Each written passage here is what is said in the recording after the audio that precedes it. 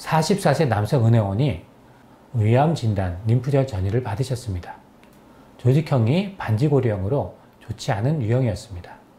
표준 치료대로 수술로 80% 위절제를 하시고 재발 예방을 위해서 보조적으로 1년간 경구형 항암제인 UFT를 복용하셨습니다.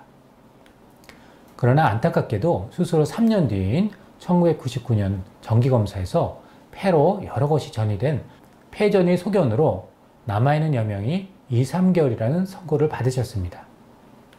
이에 마지막이라는 심정으로 아미안 아리아키 병원의 호시노 에스오 교수를 찾아오셨습니다.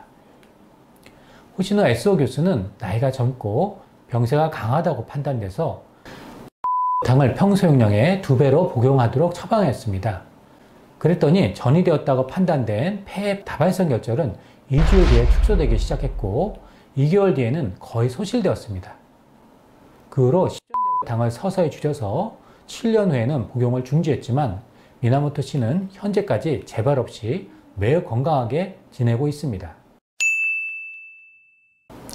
안녕하십니까. 한의학으로 암치료하는 한의사 장성환자입니다.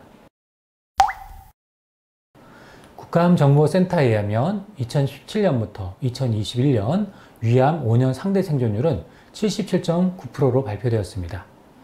그러나 암이 진행돼서 림프절에 전이되는 등 국소에 있는 경우에는 61.4%, 원격 전이된 경우에는 5년 상대 생존율이 6.6%밖에 되지 않습니다. 이는 수술, 항암, 방사선과 같은 표준 치료를 위주로 했을 때 생존율을 말하는 것입니다. 위암이 위에 국한된 경우에는 97.4%의 상대 5년 생존율을 보이지만 3기, 4기의 진행성 위암인 경우에는 생존율이 현저히 떨어지고 있습니다. 우리나라는 의사 한의사의 이원화된 의료제도 하에 있어서 의사는 양약만, 한의사는 한약만 처방하도록 되어 있습니다. 우리나라 의대에서는 한약을 교육하고 있지 않아서 어떤 한약이 위암에 좋은지, 위암 항암 부작용을 억제한 한약이 무엇인지 교육하고 있지 않기 때문에 대학병원에서는 절대 한약을 복용하지 못하도록 하고 있습니다. 일본의 암치료 의사들은 1978년부터 한약을 처방하여 왔습니다. 2010년 기준에 전국 암치료병원 124곳의 의사들 900명 중에 92.4%가 한약 처방 경험이 있다고 조사되었습니다. 일본의 경우에는 2001년부터 모든 의과대학에서 한방교육을 시행하고 있으며 의사들 대상으로 매년 한약을 보수교육하고 있습니다. 한약이 암 환자들에게 사용했을 때 안전성과 유연성이 있는지 검증을 해야 하기 때문에 일본 동양의학회를 중심으로 근거중심위원회에서 한약 암치료의 과학적 근거들을 검증하고 발표하고 있습니다. 일본 동양의학회 근거중심의학위원회 위원 중 한 명으로 호시노 에스오라는 분이 계십니다.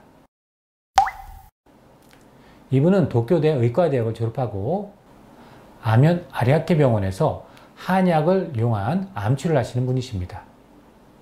아미안 아리아키 병원은 1934년 일본 최초의 암 전문병원으로 개설된 곳으로 일본 암 부분에서 1위의 병원입니다. 호시노 에스오 교수는 아미안 아리아키 병원 소화기내과 부장으로 근무하고 계시고 한약을 이용한 2,500여 증례의 임상경을 바탕으로 직내로 배우는 양한방 협진 암케어와 한방 암치료의 기적이라는 책을 출판하셨습니다.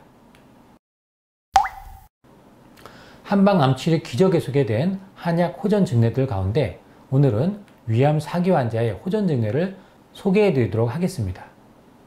44세 남성 은행원이 위암 진단, 림프절 전이를 받으셨습니다. 조직형이 반지고리형으로 좋지 않은 유형이었습니다.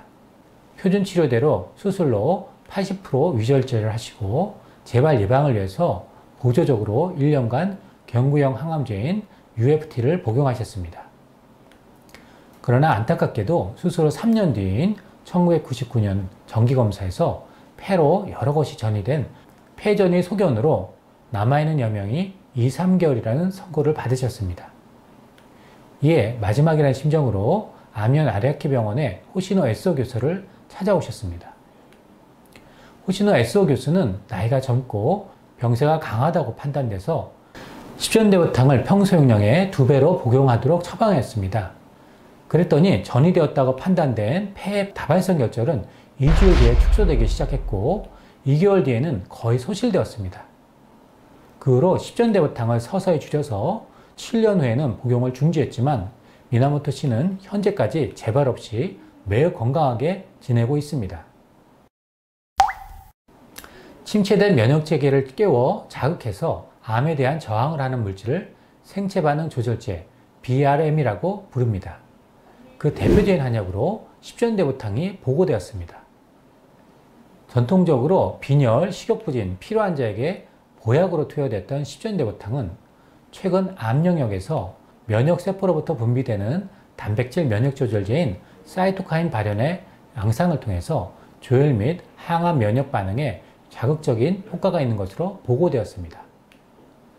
또한 위암 항암제 부작용을 완화해서 십전대부탕의 백혈감소나 빈혈 등 혈액독성 개선 효과가 64.7%이고 식욕부진, 건태감 개선 효과가 70%에 달한다는 임상 연구가 있습니다.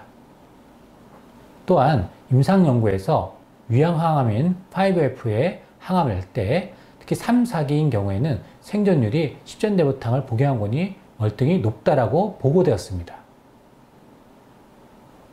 서양의학적 현대의료가 효과가 없더라도 의학의 한계 상태이므로 포기하세요라고 숟가락을 던질 것이 아니라 서양의학으로는 무효하더라도 한방이 유효한 경우가 있으므로 여러 대책을 찾아봅시다 라고 말해야 합니다. 십전대부탕 같은 보약을 투여해서 기화혈이 보여지면 대부분 환자의 삶의 질이 올라가며 질 높은 연명이 가능해집니다. 게다가 때로는 암의 진행이 완만해지며 암과 장기간 공존할 수 있는 환자가 증가하게 되고 드물게 상기증례처럼 치유되는 환자도 관찰할 수 있습니다. 오늘은 위암 4기 환자에게 십전대부탕이 유효성을 보여준 증례에 대해 여러분들에게 소개해 드렸습니다.